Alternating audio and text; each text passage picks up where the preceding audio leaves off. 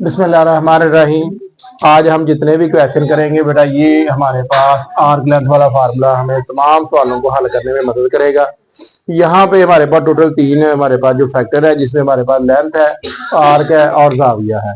तो एक बात याद रखें, जब हम सर्कल बनाते हैं, ये बेटा हमारे पास सर्कल आ गया, यहाँ से मरकज तक यहाँ का फासला आर होता है, यहाँ से फासला आर होता है, और इन दोनों के दरमियान जो स्पेस होती है उसे हम थीटा का नाम देते हैं, और ये हमारे पास एल होता है। अच्छा, अब आपने ये यहाँ पे हमने एक रिलेशन याद किया था, वो ये था कि अगर इन दोनों को मल्टीप्लाई किया जाए तो ये जो फासला होता है ये आर्क लेंथ के बराबर होता है। ठीक हो गया। अब बेटा हम सवाल करेंगे, यहाँ पे जो सबसे अहम और इम्पोर्टेंट चीज है वो ये है कि हमने जब भी जाविया बनाना है ना, एक बात याद रखें, हमेशा जब हम यूज करेंगे आर्क लेंथ मालूम करने के लिए तो हम इसे रेडियन में चेंज करेंगे। ठीक है, अदरवाइज हमारा आंसर कभी भी ठीक नहीं आएगा। तो सबसे पहला काम क्या होता है, जब भी जाविया आ जाए आपने चेक करना है कि अगर रेडियन में है तो ठीक है, अगर नहीं है तो पहला और अहम काम इसे रेडियन में चेंज करना है। वो कैसे करेंगे, यहाँ पे 60 मल्टीप्लाई बाय 1 डिग्री, फिर आपने यहाँ पे 1 डिग्री की वैल्यू रखनी है जो कि हमारे पास पाई बाय 180 डिग्री है। तो जैसे ये इसे मल्टीप्लाई करेंगे यहाँ पे 3 आ जाएगा, तो पाई बाई 3 आ जाएगा हमारे पास। किसकी वैल्यू आएगी, ये हमारे पास थीटा की वैल्यू आ जाएगी। अब हम यहाँ पे हमारा जो फार्मूला था उसमें हम दर्ज करेंगे। फार्मूले में आर्क लेंथ मालूम करनी थी, यहाँ पे आर और थीटा। यहाँ पे आर की कीमत रखें जो कि हमारे पास 15 है, और यहाँ पे पाई बाई 3 है। तो ये इससे बैलेंस करें, यहाँ पे 5 आ जाएगा, 5 पाई आ जाएगा। चाहे यहाँ पे आप पाई की कीमत रखें जो कि हमारे पास 3.4 समथिंग है, तो आप इसे मल्टीप्लाई करें, ये हमारे पास तकरीबन है 50.7 mm। यहाँ पे एक बात याद रखें, जो सबसे अहम बात बेटा वो ये होगी कि यूनिट आपने लेंथ का कौन सा लेना है। तो याद रखें, जो यहाँ पे यूनिट दिया गया होगा वही हमारा इसमें आंसर होगा।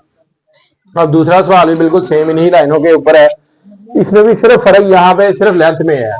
हमारे मेजोरिटी जो क्वेश्चन है वो रिपीट होते हैं, और हर क्वेश्चन में सिर्फ और सिर्फ कंसेप्ट वही होता है, चांद कलामतें चेंज हो जाती हैं। तो सबसे पहला और अहम काम बेटा, इसमें हमने सबसे पहले फार्मूला लिखे जो कि हमारे पास था आर थीटा। यहाँ पे दूसरा सवाल ये था कि हमें चेंज करने की कोई जरूरत नहीं, क्योंकि हमें पाई रेडियन उसने खुद ही दे दिया है। तो यहाँ पे आप वैल्यू रखें, यहाँ पे 4.9, यहाँ पे पाई की कीमत रखें। अब आप इसे मल्टीप्लाई करें, आप लोगों ने इसे बेटा क्या करना है, पाई शिफ्ट का बटन दबाएं तो यहाँ से पाई वैसे ही आ जाएगा, पाई मल्टीप्लाई बाय 49। तो जब मल्टीप्लाई करेंगे तो ये तकरीबन हमारे पास आएगा 15.39।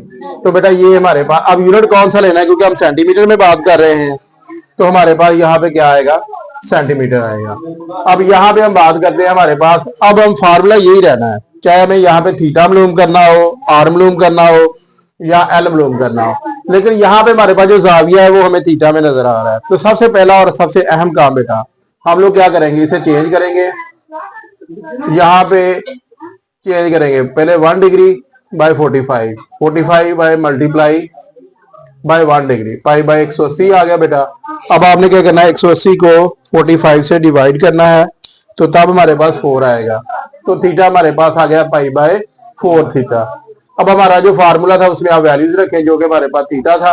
इस दफा हमने आर मालूम करना है, तो यहाँ हम थीटा से डिवाइड करेंगे, L divide by theta pi. तो अब हमारे पास एल था 50 और जाविया हमारे पास था पाई बाय 4। तो 4 क्या होगा, 4 ऊपर जाके मल्टीप्लाई होगा, 5 मल्टीप्लाई बाय 4 बाय पाई। तो यहाँ पे आप देखें, अब आपने मल्टीप्लाई करना है, 52 मल्टीप्लाई बाय 4 डिवाइड बाय, आपने कहना है शिफ्ट का बटन दबाएं, सॉरी सबसे पहले आप ये लिखें आंसर, डिवाइड बाय शिफ्ट का बटन दबाएं पाई। तो जैसे आप दबाएंगे तो बेटा तकरीबन हमारे पास ये जवाब आ जाएगा 8.8 सेंटीमीटर। अच्छा, यहाँ पे आप लिखें, अब अगर हमारे पास लेंथ कोई यूनिट दिया गया तो आपने यूनिट लिखना है, नहीं दिया गया तो कोई इशू नहीं है, वैसे आप आंसर लिख लेंगे। तो ये थे हमारे तकरीबन एक टाइप के तमाम क्वेश्चन।